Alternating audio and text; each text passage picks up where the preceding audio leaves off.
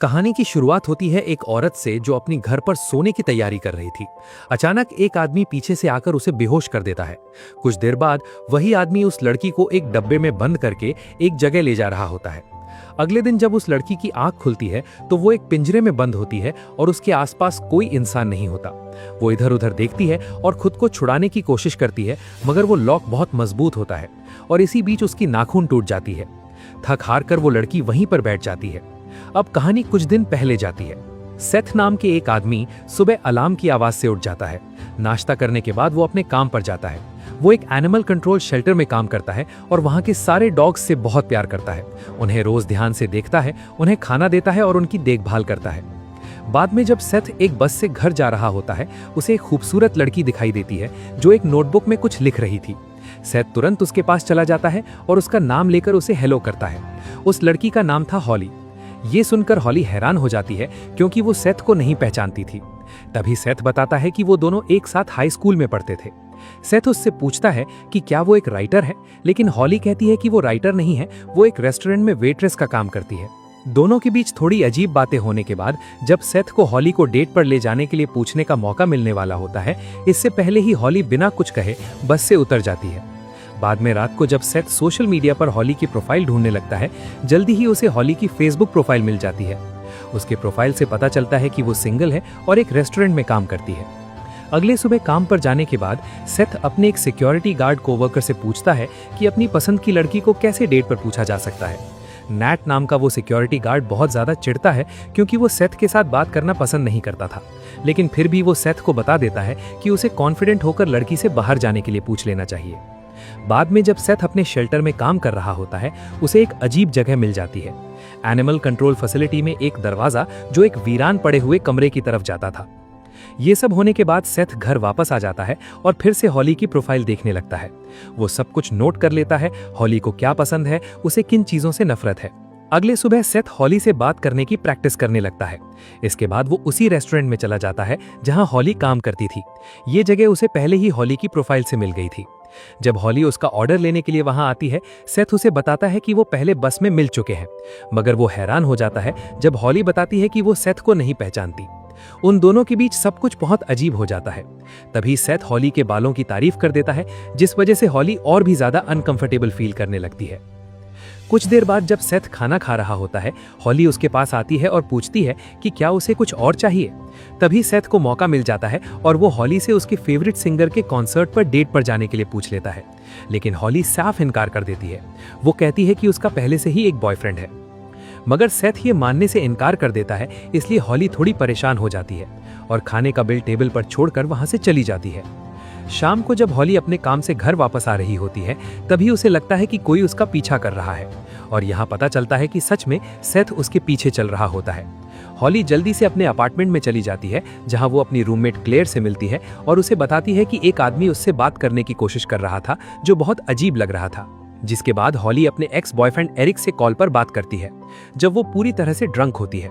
वो उसे देखना चाहती थी, लेकिन हॉली इनकार कर देती है और फोन काट देती है। बाद में हॉली अपनी दोस्त क्लेयर के साथ कुछ ड्रिंक्स पीती है।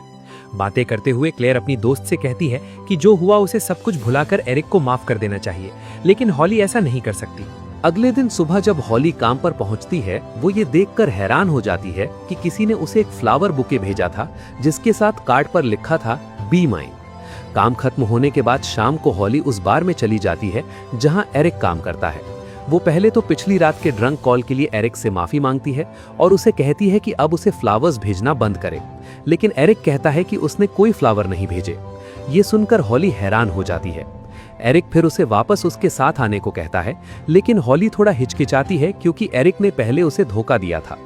अचानक सेथ भी उस बार पर आ जाता है और पास की टेबल पर बैठकर उन दोनों की बातें सुनने लगता है।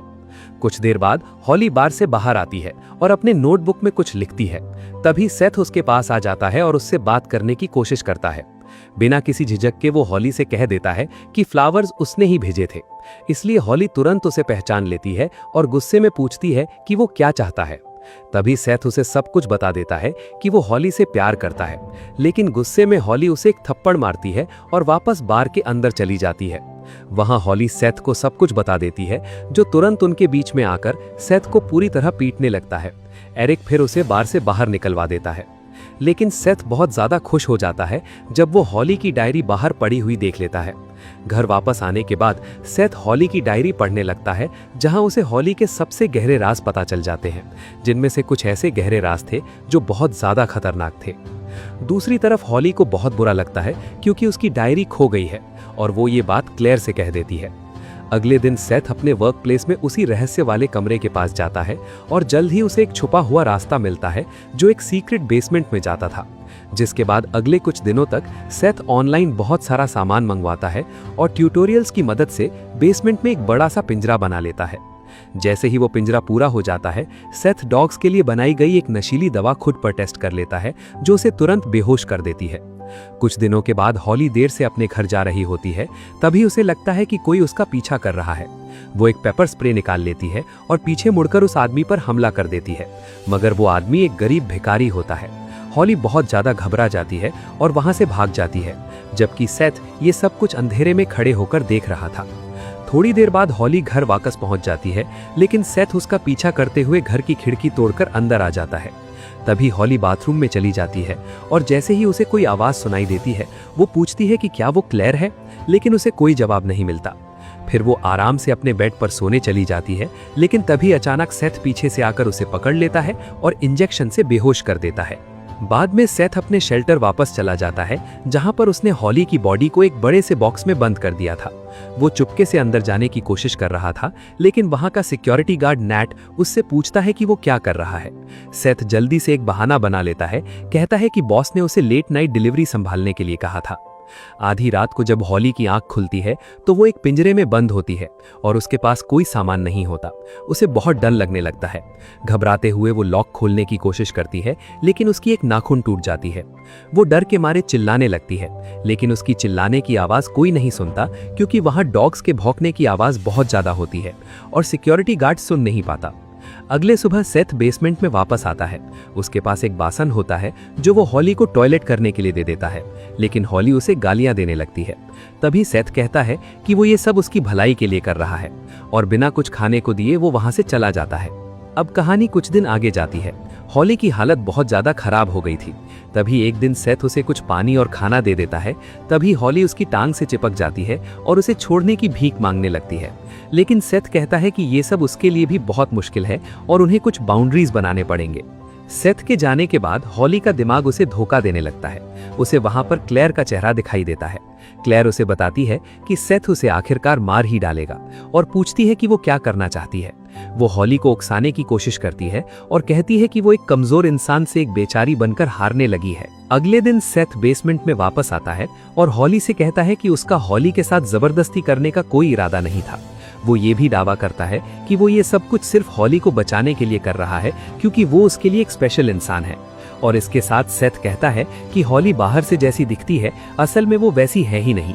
इसलिए वो असली हॉली को जानना चाहता है और देखना चाहता है कि उसके बचने का कोई मौका है कि नहीं। कुछ देर बाद सेथ बेसमेंट से बाहर आता है और नैट से मिलने जाता है, जो गुस्से में उससे पूछता है कि क्या वो उस गुप्त जगह पर छुप कर गया था। तभी सेथ कहता है कि नहीं, वो कहीं नहीं गया था और अपने काम पर वापस चला जाता है। इसी बीच बेसमेंट में हॉली दोबारा क्लेयर से भ्रम में बात करने लगती है और बताती है कि उसका प्लान है इंतजार करना। अगली सुबह सेथ बेसमेंट में हॉली को उसकी डायरी वापस दे देता है। गुस्से में हॉली उसे कहती है कि वो एक चोर है, मगर सेथ शांति से कहता है कि उसे उस पर तरस आ रहा है, खासकर उस जगह के बारे में जहां पर हॉली ने प्यार के बारे में लिखा था। तभी सेथ अचानक पूछता है कि क्लेयर आजकल कैसी है। ये सुनकर हॉली हैरान हो जाती है। तभी सेथ मानता है कि कभी कभी बेसमेंट में आने पर वो हॉली को दो आवाजों में बात करते हुए सुनता है और उसने पूछता है कि क्या वो अभी भी यहाँ है। हॉली को सेथ के सीधे पीछे क्लेयर दिखाई देती है, मगर वो फिर भी इनकार कर देती है। अब यहाँ पर एक अनोखा सच सामने आता है। सेथ हॉली को बताता है कि क्लेयर का वजूद अब खत्म हो चुका है, वो सिर्फ उसके दिमाग का एक टुकड़ा है। यहाँ पर पता चलता है कि हॉली और एरिक की एक बार एंगेजमेंट हो चुकी थी, लेकिन जब एरिक ने हॉली को क्लेयर के साथ धोखा दिया, जो हॉली की सबसे अच्छी दोस्त हुआ करती थी, तब उन दोनों के बीच सब कुछ बिगड़ गया। अब हमें कुछ साल पहले का वक्त दिखाया जाता है। हॉली और क्लेयर दोनों रात को घर जा रही थीं। इसी बीच हॉली अपनी सबसे अच्छी दोस्त को उसे धोखा देने के बारे में पूछ लेती है। क्लेयर घबराकर बताती है कि वो दोनों ड्रंक थे और उस रात का कोई मतलब नहीं बनता, लेकिन हॉली बहुत ज्यादा गुस्से से भड़क जाती है और गाड़ी को तेज चलाने लगती है, जिससे उनका एक भयंकर एक्सीडेंट हो जाता है। इसके वजह से दोनों बेहोश हो जाती हैं, लेकिन हॉली अपनी बॉडी से एक ग्लास का टुकड़ा निकालती है और सीधे क्लेयर की आंख में घुसा देती है, जिस वजह से वो तुरंत मर जाती है। अब कहानी प्रेजेंट में आती है। सेथ ये सब कुछ हॉली को बता रहा होता है। तभी हॉली जोर देती है कि वो एक राइटर है और ये सब कुछ बस बनावटी कहानी है, लेकिन तभी सेथ उसे सब कुछ समझाता है।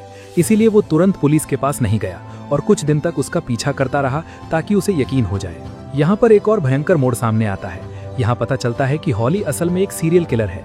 सेथ ने रात को घर जाते वक्त उसे कई लोगों को मारते हुए देख लिया था और ये सब कुछ जानते हुए भी सेथ ने उसे बंदी बना लिया ताकि वो उसे बचा सके और दूसरे लोगों को नुकसान पहुंचाने से रोक सके। हॉली उसकी सारी बातें सुनकर थोड़ी शांत हो जाती है और एकदम से बेचारी बनकर कहती है कि वो सब कुछ समझ रही है और वो सेथ से खुद उसे बचाने को कहती है। कुछ देर बाद जब सेथ वहां से चला जाता है, क्लेयर फिर से वहां आती है और हॉली को शाबाशी देती है अच्छी एक्टिंग करने के लिए। यहाँ पता चलता है कि वो सिर्फ नाटक कर रही थी ताकि सेथ को यकीन हो जाए कि उसने हॉली को बचा लिया है। अगले दिन सेथ बेसमेंट में वापस आता है और हॉली से पूछता है कि उसने वो सारे खून क्यों किए और क्लेयर को मारने के बाद वो क्यों नहीं रुकी। हॉली जवाब देती है सिर्फ इसलिए क्योंकि वो कर सकती थी। फिर वो अचानक अपना सिर पिंजरे से पटकने लगती है। वो खून से लथपथ हो जाती है और मांग करती है कि वो उसे वहां से बाहर निकाले और धमकी देती है कि अगर उसने ऐसा नहीं किया तो वो अपनी जान दे देगी और सेथ के फिंगरप्रिंट्स पूरी जगह पर फैले हुए हैं, जिससे उसकी जिंदगी भी खत्म हो जाएगी। ये सुनकर सेथ घबरा जाता है और जल्दी से ऊपर काम पर चला जाता है।